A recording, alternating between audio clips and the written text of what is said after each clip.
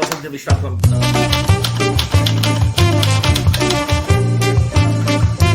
Mas vamos lá. Camaradas, boa noite mais uma vez.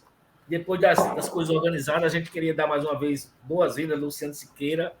Luciano potiguar, natalense do Tirol, estudante do Ateneu, americano de coração, torcedor do América de Natal.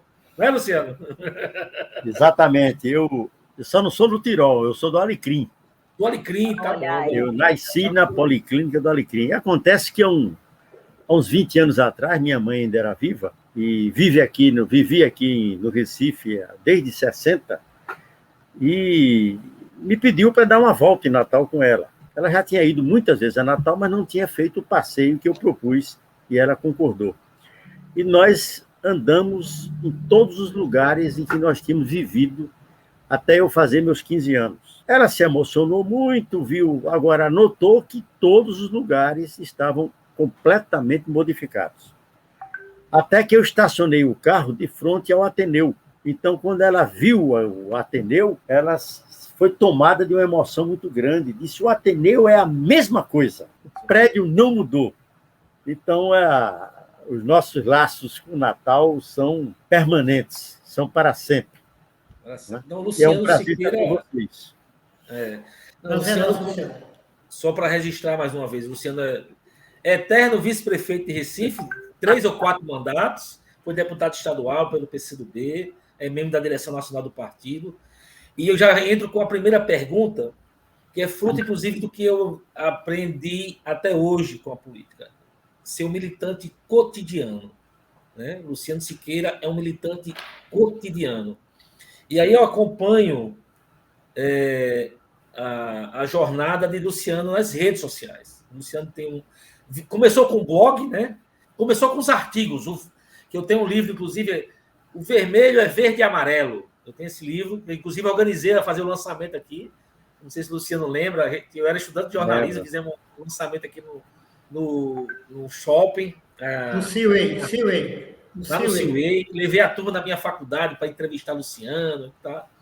E tem um blog ainda, tem um canal no YouTube, tem todas as redes, né, Luciano? Instagram. Sim, o blog agora, em junho, completou 15 anos de postagens diárias ininterruptas. Eu nunca deixei de postar no blog da China, da África, da Europa, da América do Sul, do sertão, onde eu fui, eu sempre postei alguma coisa. E no Vermelho, no Portal Vermelho, desde a primeira semana, já são 21 anos que eu escrevo toda quinta-feira, nunca falhei. Né? Agora, na verdade, eu mantenho o blog, né? Participo do Portal Vermelho toda quinta-feira, com uma crônica, um artigo, a minha coluna. Né? Estou no Instagram, no Facebook, no Twitter. E tenho um canal no YouTube. Agora, tudo isso, à exceção do canal no YouTube, tudo isso é absolutamente pessoal, artesanal, sem nenhum apoio técnico. O canal no YouTube é que tem um detalhe. Eu gravo de onde eu estiver, geralmente eu gravo com smartphone, é uma coisa muito simples, e tem um companheiro que edita. Ele faz a edição. E esse que entrou aqui rapidamente, meu neto, também ajuda de vez em quando, né? Na filmagem e na edição, no canal. Mas o restante é tudo improvisado. E por que é que eu estou nessas redes sociais há tanto tempo? E praticamente todos os dias eu registro algo. É porque eu me coloquei, por duas razões. Uma é que a minha militância, desde garoto,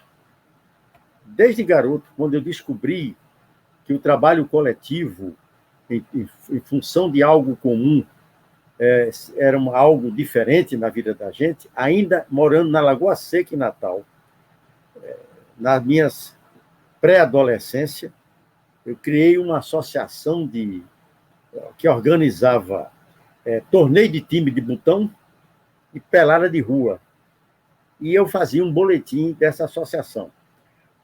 Como estudante da Faculdade de Medicina, aqui da Universidade Federal de Pernambuco, eu colaborava com o boletim da minha turma, né, editava o boletim do diretório acadêmico, e assim foi a vida inteira.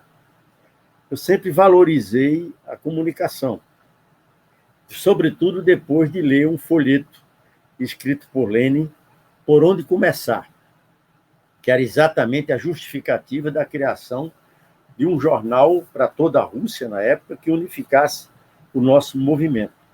Agora, segunda razão, por que é que eu participo ativamente das redes sociais? É para demonstrar para a nossa militância de que todos nós podemos, devemos e podemos utilizar a frente digital como instrumento de trabalho político. Da mesma forma como eu faço com o WhatsApp também. Não é? Eu acho que é simples. E é simples. Não me dá trabalho nenhum.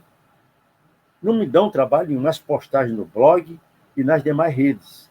Eu estou conversando com vocês, anoto aqui uma ideia.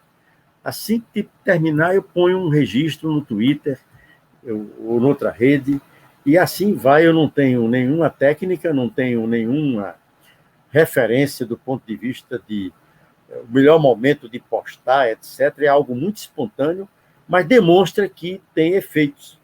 E eu acho que a militância nossa toda, no Brasil inteiro, ainda é muito refratária ao bom uso das redes sociais, dos meios digitais. Por isso que esse canal que vocês alimentam aqui, e esse momento desse bate-papo, da entrevista, é um belo exemplo. Desde o primeiro momento que eu soube que eu me inscrevi, eu sou um dos inscritos aqui, né? Essa lista de talvez uns 700, eu não sei quantos, vocês já tenham, né? Então, é um prazer enorme acompanhar também esse esforço que vocês fazem. Eu participo também com muita frequência da roda de conversa do Bertolino, Bertolino. Que eles fazem toda segunda-feira, 13h, sempre com uma entrevista, um bate-papo. Eu já fui várias vezes lá, provavelmente a semana que vem estarei de novo, né? E assim por diante. E com a facilidade da internet, eu tenho participado de bate-papos assim praticamente no Brasil inteiro. No Pará, em Minas, São Paulo, Rio de Janeiro, na capital, no interior, com vocês, Paraíba. Na última semana deste mês, estarei debatendo a questão Nordeste com os companheiros do Ceará. E, portanto, é uma das frentes de trabalho militante, uma das frentes de luta que todos nós devemos utilizar, né? E aprender a utilizar. Mas estou à disposição de vocês, vamos à luta. Vamos à luta. Vocês viram, né, gente? Luciano Siqueira é fantástico, professoral e dá um norte. Temos que ocupar todas as redes. Carlos Albérico, é com você. Seu som está fechado. Ô, Luciano, boa noite. Tudo bem, meu querido? Meu querido camarada, meu espelho, militante, dirigente partidário. Luciano, eu queria iniciar fazendo uma pergunta baseado no que eu uma vez conversei contigo aqui em Natal sobre um velho e grande dirigente nosso que se foi há algum tempo, João Amazonas, que ele falava sobre expectativas e perspectivas para esse século que nós estamos vivendo. Que ele falava, né, que seria um século de muita luz, muitas luzes, na verdade, mas que no início haveria algumas trovoadas, algo mais ou menos assim. Eu não estou lembrado disso. Eu li isso, achei muito importante, né? E você, uma vez aqui numa atividade conosco aqui no Rio Grande do Norte, você citou, né, relembrou desse comentário, se não me engano, era um artigo que o João escreveu.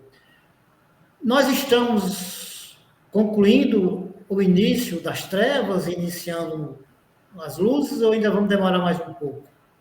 É difícil dizer, né? Na verdade, a alegoria que João Amazonas fez foi perguntado por um repórter como seria o século XXI. Isso. E ele sorriu, disse que não tinha bola de cristal. Entretanto, pelo evoluir da situação no mundo, uma ultraconcentração da renda, da produção, da riqueza, não é? A usura ocupando cada vez mais o lugar da produção real de mercadorias, excluindo, né, a maioria da humanidade do sistema produtivo, semeando a fome, a marginalização. Então, Amazonas dizia que supunha ele que o século XXI seria um século de luzes e sombras. E provavelmente nas 2, 3 primeiras décadas de pesadas sombras, para que depois nós vivêssemos um novo surto de transformações sociais no mundo. É possível que essa expectativa do Amazonas esteja se confirmando. Agora, o que nós estamos vivendo ainda, no mundo e no Brasil, é um período de pesadas sombras. Há registros no mundo inteiro de luta, a luta pela democracia, pelos direitos do povo, forças socialistas e forças democráticas populares se levantam, a defesa da soberania do país nos diversos países do mundo. Há o belo exemplo de progressos no rumo do socialismo oferecido pela China, pelo Vietnã, a resistência de Cuba. Entretanto, o que ainda predomina, né, é uma correlação de forças, digamos assim, muito desfavorável ao campo democrático, popular, socialista, revolucionário, no mundo e no Brasil. No Brasil, com a eleição do Bolsonaro para a presidência da República, se consumou um novo ciclo, um ciclo ultraconservador, com traços fascistoides, iniciado com o impeachment da presidenta Dilma, e em que pese Bolsonaro se desgastar diariamente, em que pese ser um presidente politicamente cada vez mais isolado, é uma luta ainda muito dura que nós travamos, né? Porque não basta o desgaste do governo, do presidente da República. Aliás, é bom aqui ressaltar que, a despeito da avaliação crescentemente negativa do desempenho do presidente da República, pesquisas ainda registram que o somatório de regular, bom e ótimo, em relação ao governo, ainda beira os 40%. Então, isso é importante para que nós percebamos o tamanho da empreitada.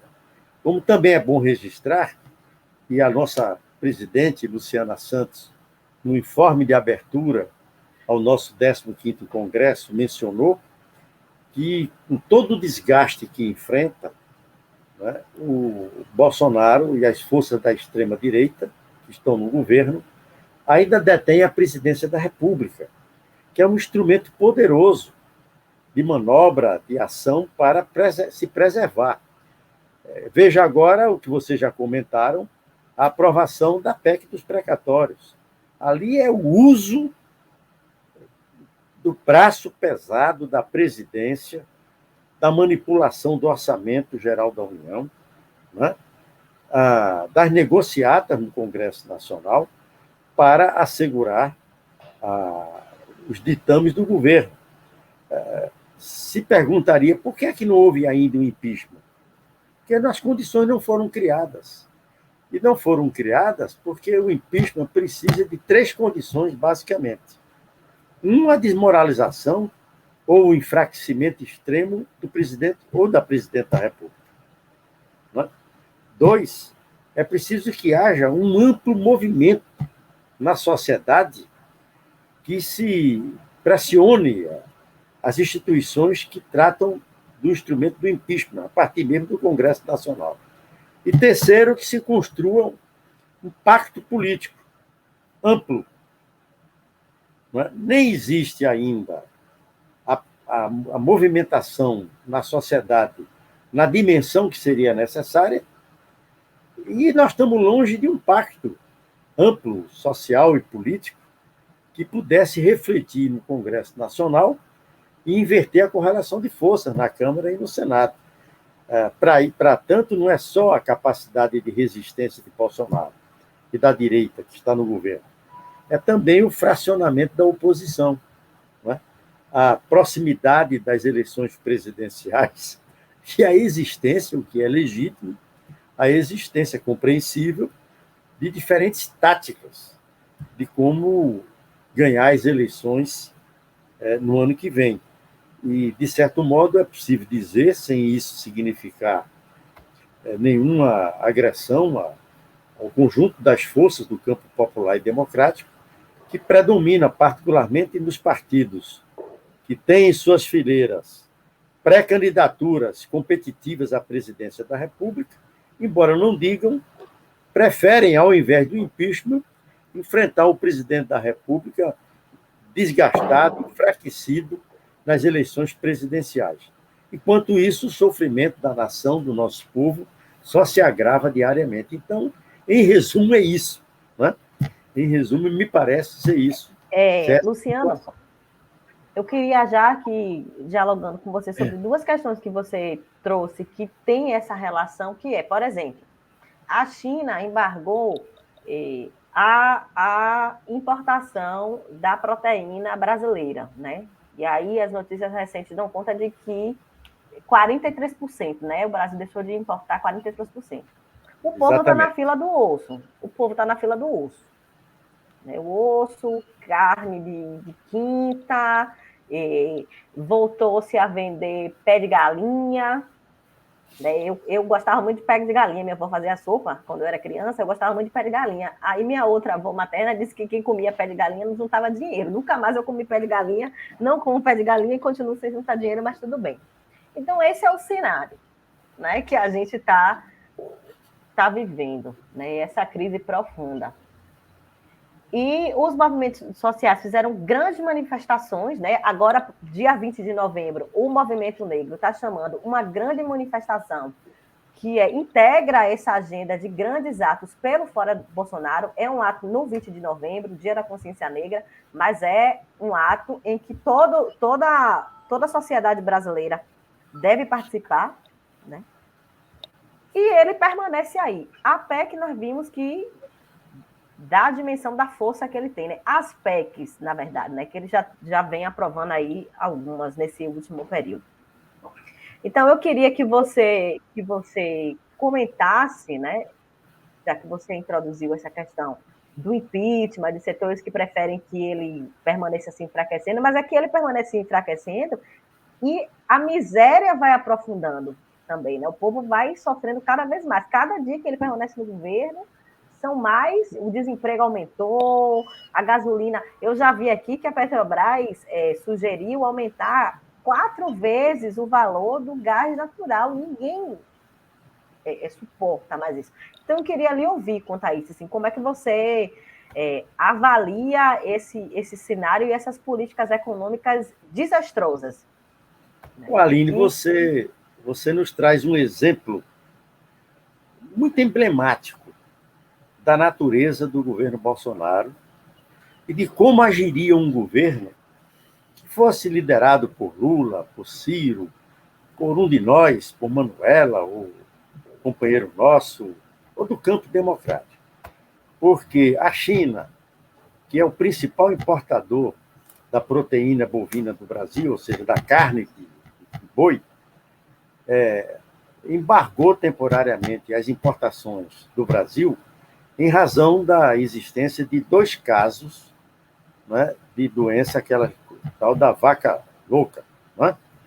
E eles são extremamente rigorosos do ponto de vista do controle sanitário e embargaram. Certamente esse embargo vai ser suspenso no futuro próximo, mas, enquanto isso, né, 42%, 43% das nossas exportações, que são para a China, ficaram suspensas, e a carne, né, nos navios.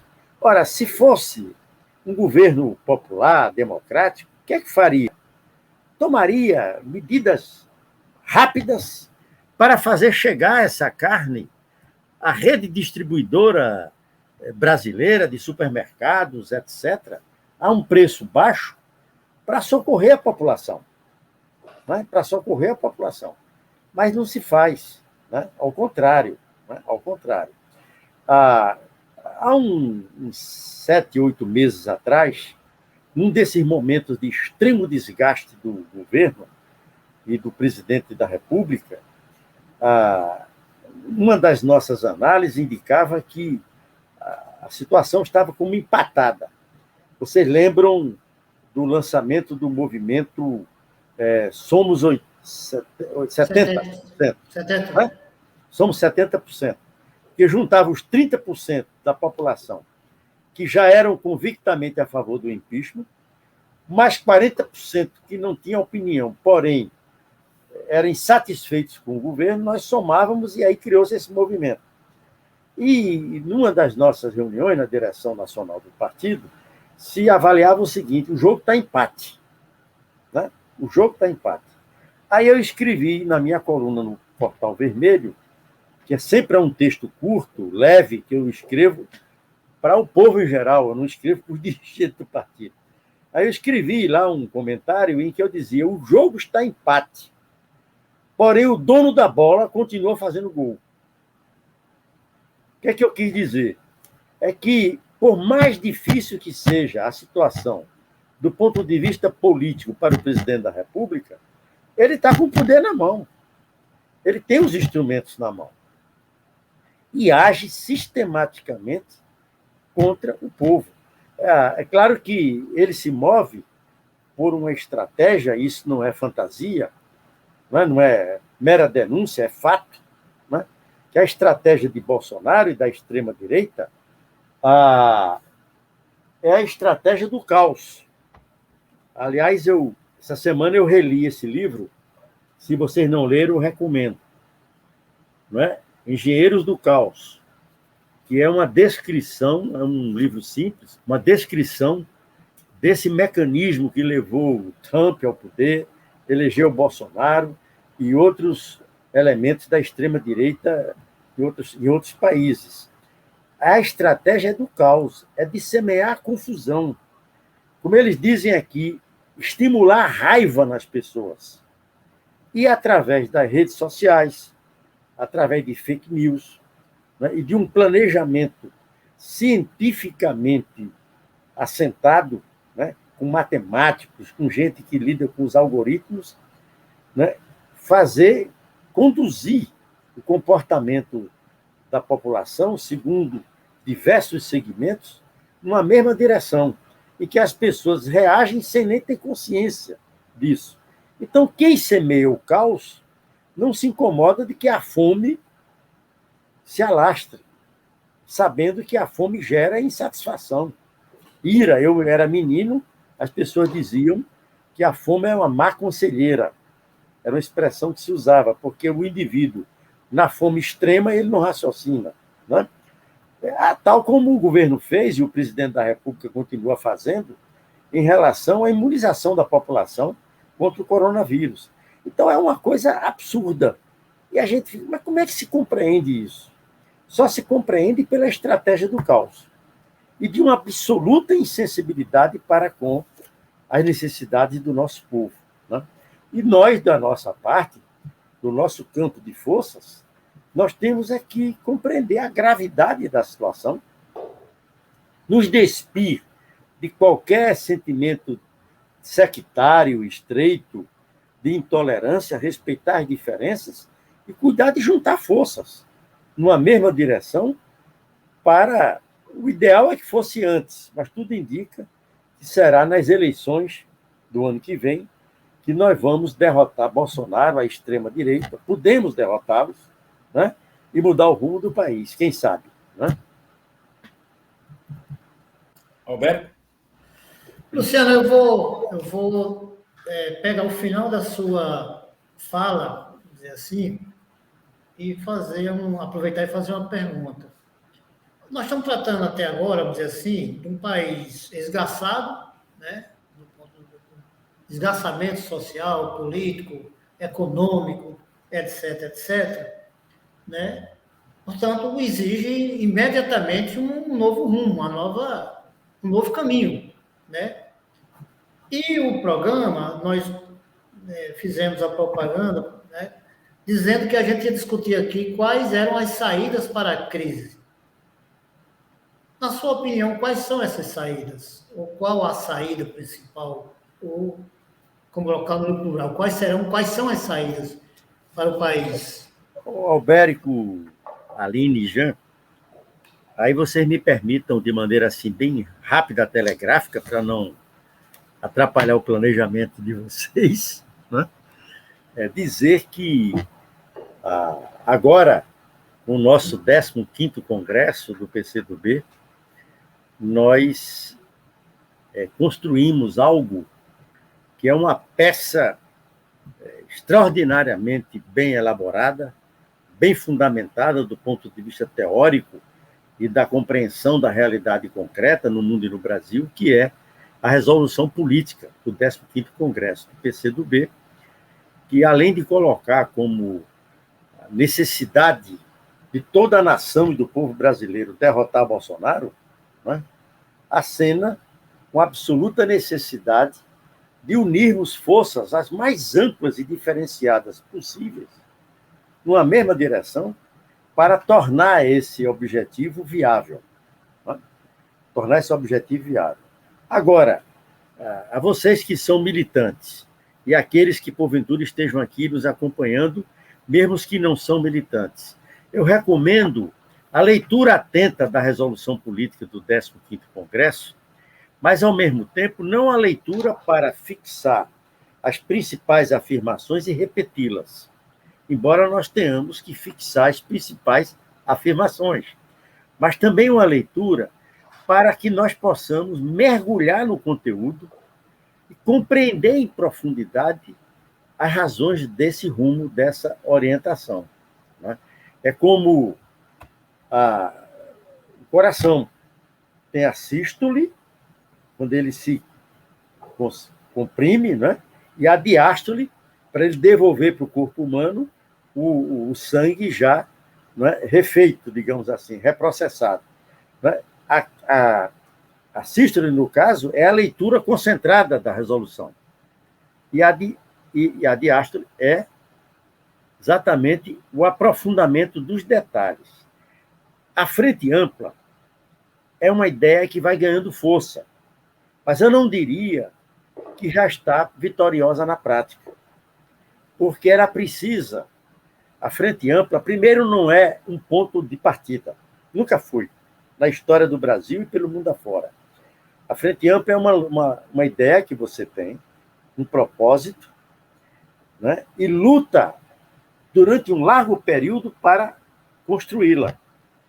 Num determinado momento, as condições concretas e as necessidades subjetivas das diversas forças políticas em presença terminam desaguando de alguma forma de frente ampla.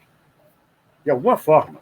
Quem diria que nós derrotaríamos a ditadura militar com a Aliança Democrática, que tinha de Arraes a Sarney, a Marco Maciel, a ACM, né? E seus representantes assemelhados, inclusive no Rio Grande do Norte. Quem diria que se formaria aquela frente para derrotar o regime militar no terreno que eles escolheram para se perpetuar, que foi o colégio eleitoral, né? Então, o caminho é esse. Agora, há um outro elemento que não foi resultante do Congresso, ou é apenas uma resultante parcial do Congresso, que é um projeto, um documento com diretrizes para uma plataforma, né, de retomada de um projeto nacional de desenvolvimento para o país nas atuais circunstâncias. Não é o programa do PCdoB, é uma proposta que nós decidimos, por unanimidade no Congresso, que seria detalhada pelo novo Comitê Central, que vai ser feito agora. Né? Vamos continuar esse trabalho.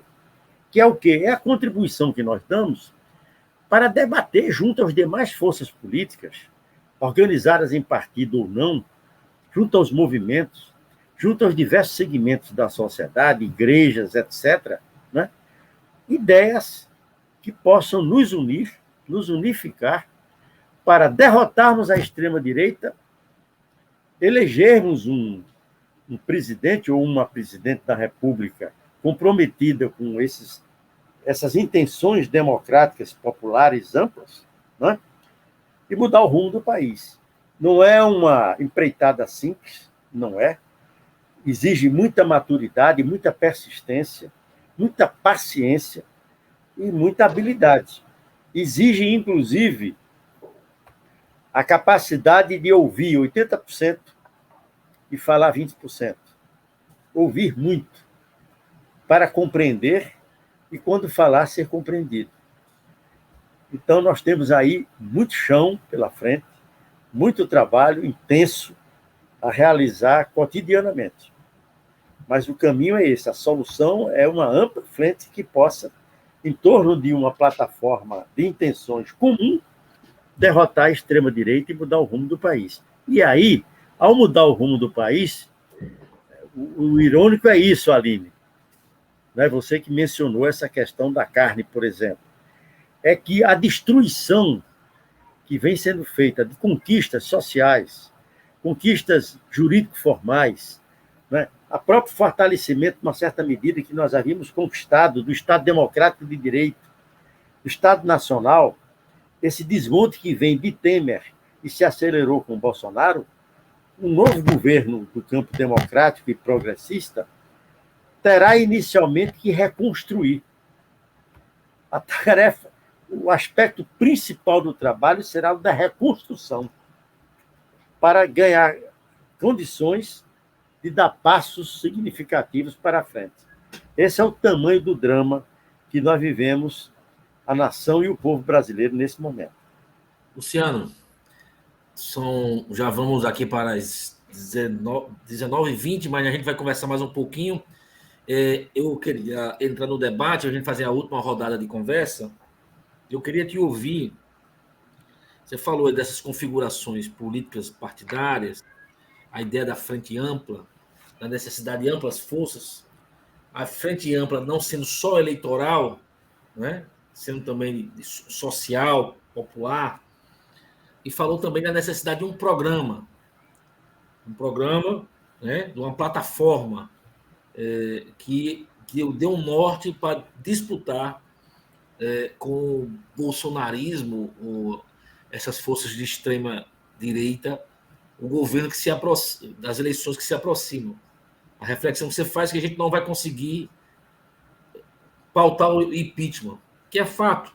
Está aí a emenda constitucional do teto dos precatórios para confirmar essa reflexão que a gente faz em torno do impeachment. Nós não temos maioria, mesmo com toda essa pressão em torno dessa pauta, inclusive do grande capital que não queria, porque mexe com o teto dos gastos, né, que é um princípio para eles, vamos dizer assim. E aí, dentro dessa configuração toda, eu queria que você se debruçasse sobre essa questão das federações partidárias.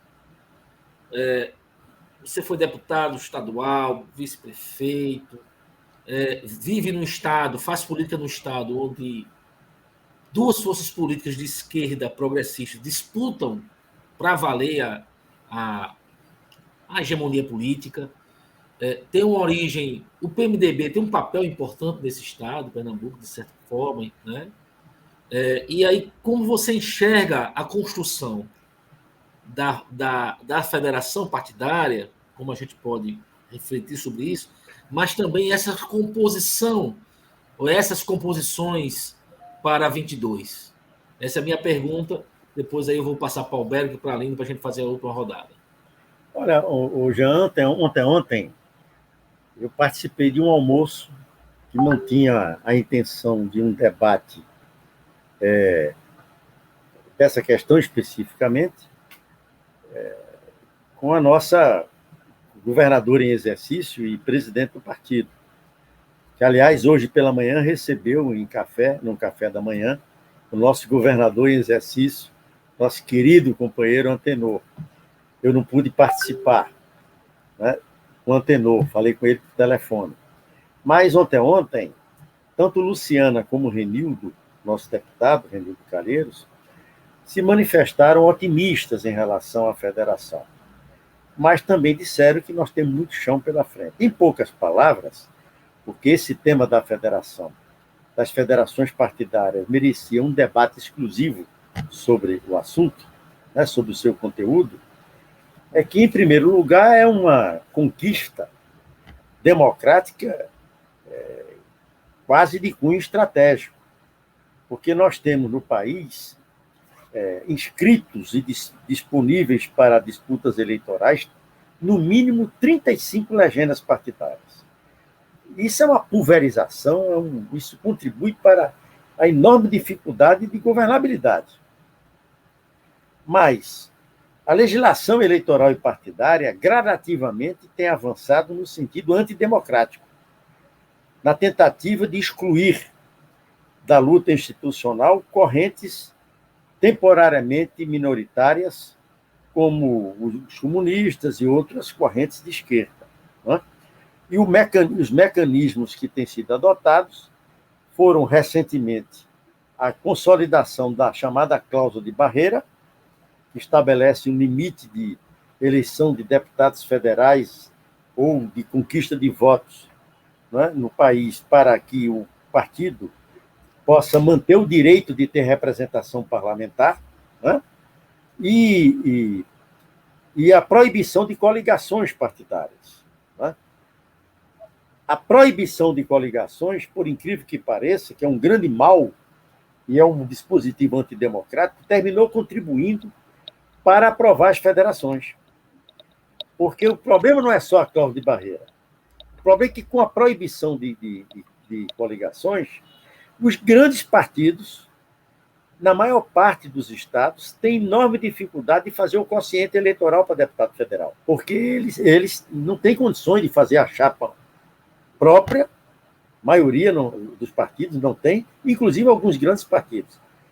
Isso permitiu, junto com outros fatores, formar uma maioria que resultou na aprovação da Lei Haroldo Lima, que é a lei que permite a constituição de federações partidárias. Só que a luta não acabou.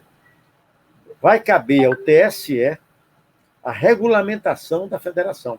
Então, atualmente, é um esforço enorme, junto aos ministros do TSE, junto à equipe técnica do TSE, que se debruça sobre o assunto, para definir os termos em que a federação será regulamentada. E a terceira questão é que a federação partidária não é uma solução ideal, unificada para todo o país. Um país da dimensão do Brasil, e com o volume de diferenciações regionais e locais. Por exemplo, se constitui uma federação que envolva PT, PSB, PCdoB, por exemplo,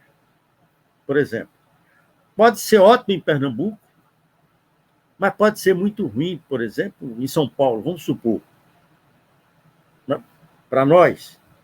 Pode ser muito bom para nós no estado e muito ruim para o PSB no outro estado.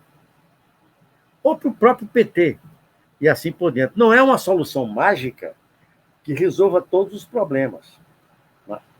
E mais, provavelmente, e a regulamentação é que vai determinar, né, ou os partidos federados terão a obrigação de apoiar um candidato único à presidência da República e também um candidato único a governador, ou serão obrigados a apoiar só um candidato à presidência da República, podendo ter liberdade de não apoiar, pelo menos, né? Não apoiar um candidato de um partido da federação nos estados. Só estou dando um exemplo de algo que não está definido, não está esclarecido, mas que entra nos cálculos dos diversos partidos políticos, todos estão interessados em ver como é que se colocam na federação.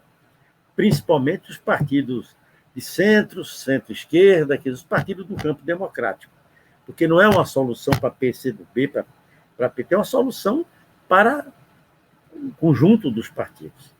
Então, é uma conquista importante, o papel do PCdoB foi muito importante nisso, né, da direção do partido e, em particular, do líder da bancada, Renildo Calheiros, que dialoga com absolutamente todas as correntes políticas representadas no Congresso Nacional.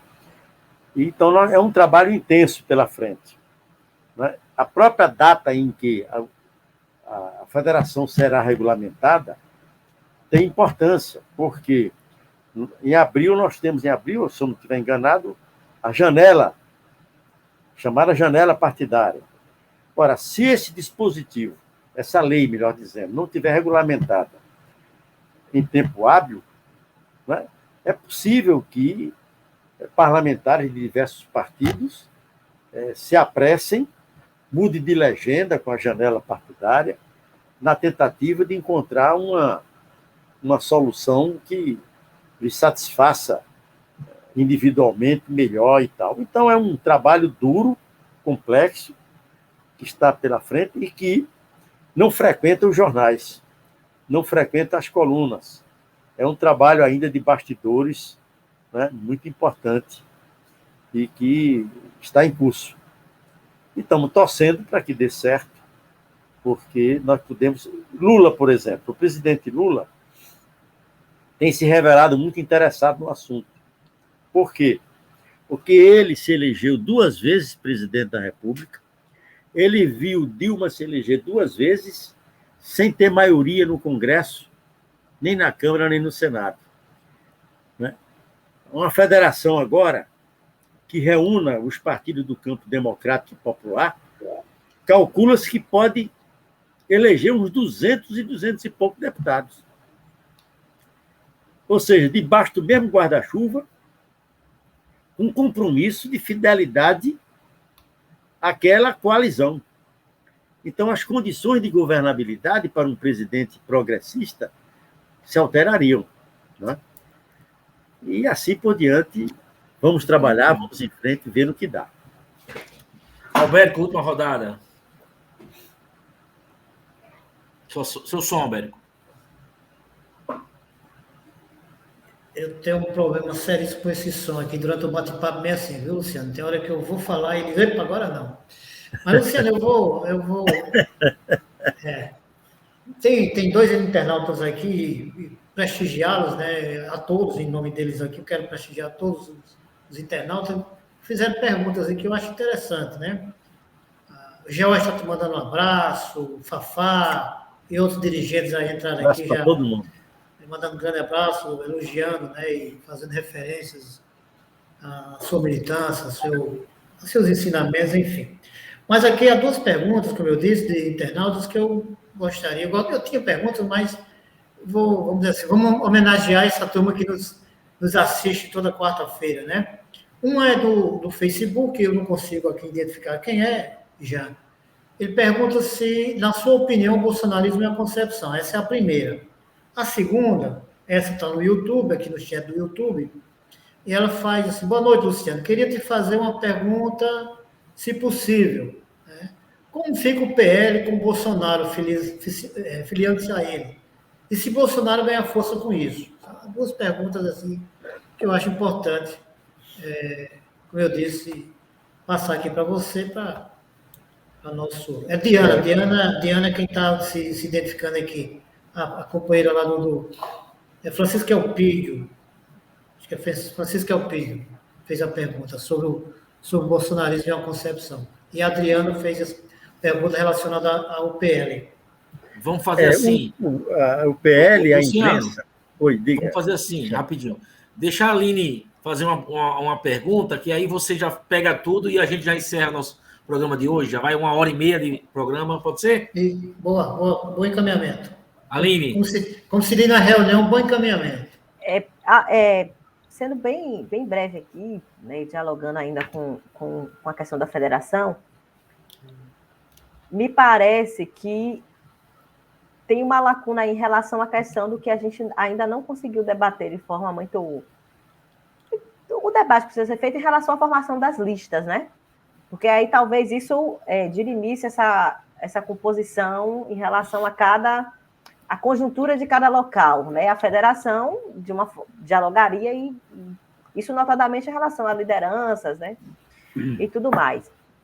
Mas eu queria, Luciano, que você apresentasse para nós o que você considera, né, de pautas assim da plataforma mínima, essencial e necessária que uma federação, né, precisa ter para enfrentar esses desafios que você trouxe há pouco em relação à recomposição, à reestruturação que nós vamos precisar para o próximo período, né? Qual é o mínimo, assim, além, claro, da defesa da democracia, da estabilidade das instituições, né? Mas, assim, a plataforma mínima, assim, que é o que nos une, né? Com você, Luciano.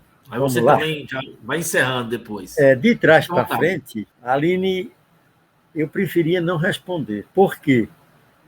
Embora, se eu respondesse aqui, não teria consequência nenhuma, porque eu não estou participando, e certamente não participarei, dos entendimentos de cúpula nacional que vão consagrar federação de partidos, formado por partidos A, B, C, D, ou partidos tais ou quais.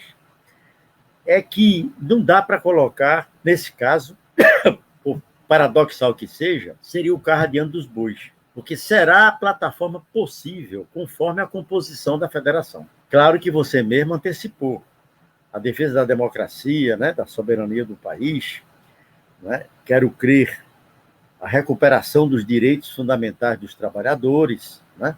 Agora, isso só não resume a solução para os problemas do país. Né?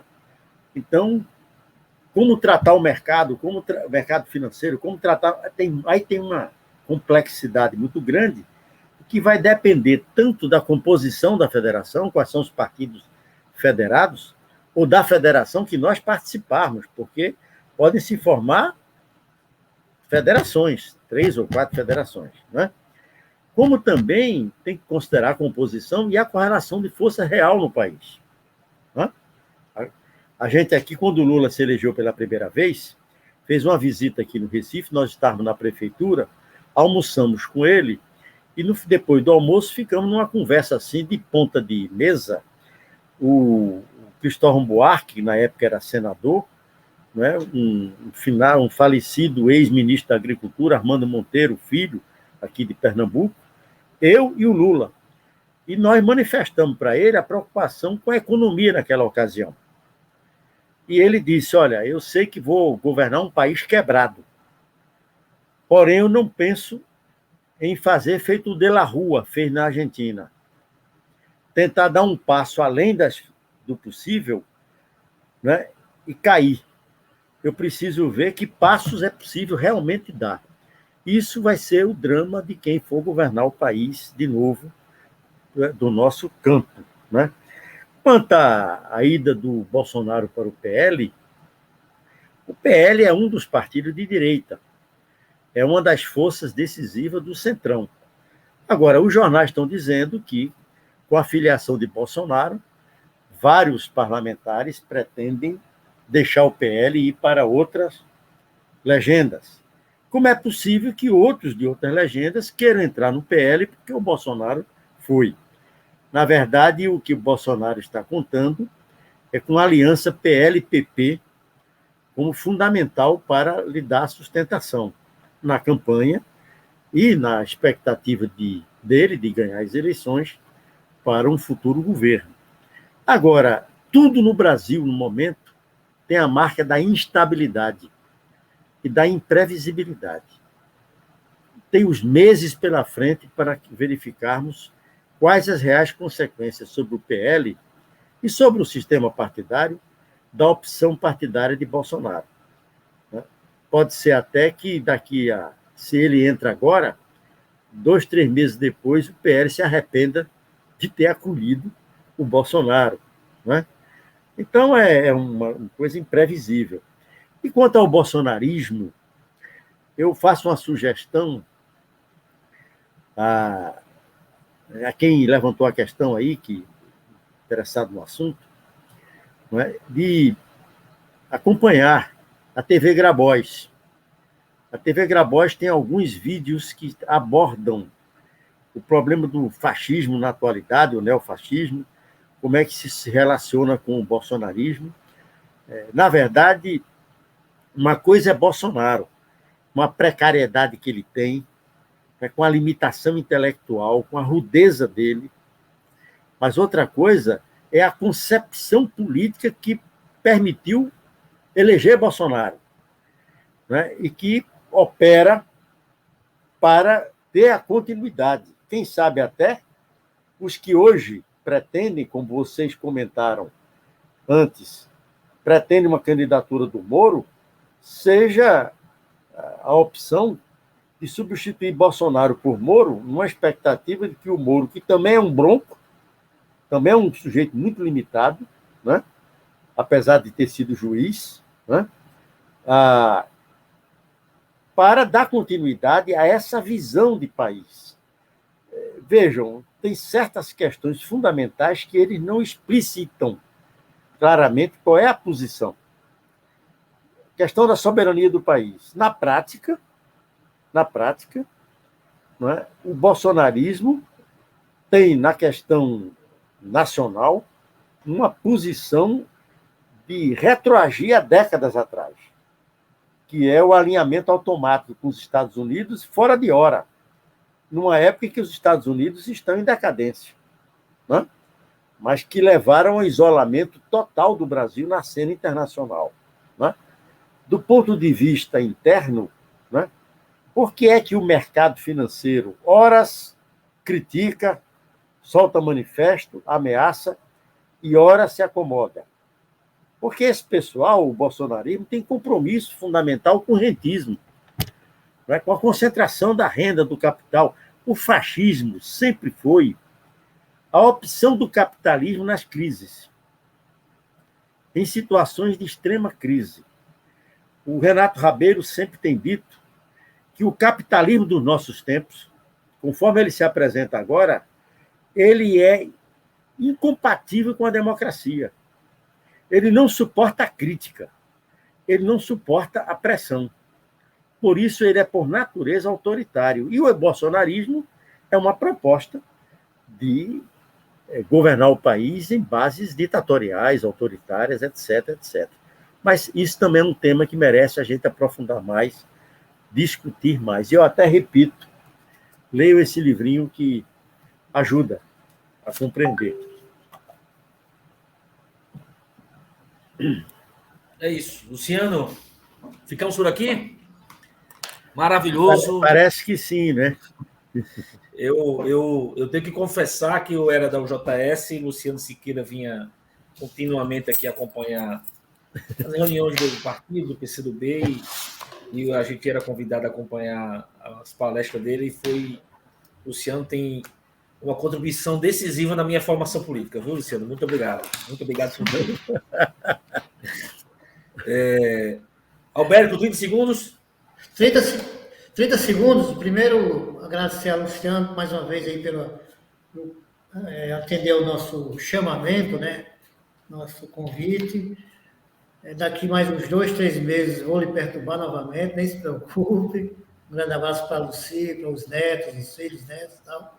E os 30 segundos aqui, Luciano, Jean, internautas, Aline, é para convidar vocês para um programa, para assistir o programa, mais um programa do canal M65, no sábado que vem, que é o nosso programa feito por trabalhador, para trabalhador, chamado M65 no Mundo do Trabalho, que é uma entrevista muito interessante, Luciano, com o presidente nacional da CTB, o Adilson Araújo, onde ele fala sobre o desafio da classe trabalhadora no enfrentamento dessas crises, né, que nós estamos vivenciando. Então, eu queria fazer já esse convite a todos os internautas, a nós todos aqui. Sábado, então, que horas, Alberto? Sábado, a partir das 11 horas, no canal M65. A partir de amanhã, a gente vai fazer a divulgação, mas aproveitar aqui o espaço. Né, e, Luciano, se quiser mais alguma coisa, falar mais alguma coisa, desejar uma boa noite para nós, fique à vontade.